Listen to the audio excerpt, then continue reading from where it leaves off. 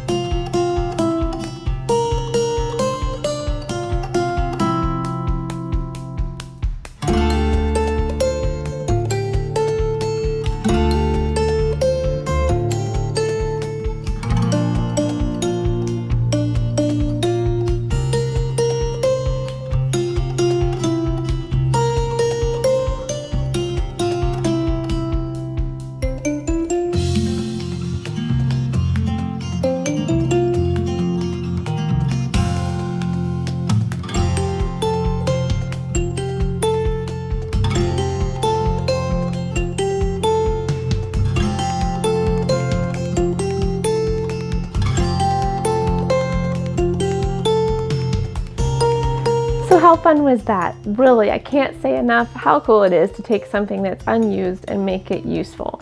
And ladies, this tutorial is also for you. You could make these for corsages, for your purse, for hair accessories. I mean, the sky's the limit when you have something like this that you can reuse. So I hope you're inspired. My goal is to help you think outside the box, to think how you can take what you already own, make it your own, make it into a gift. You get the idea.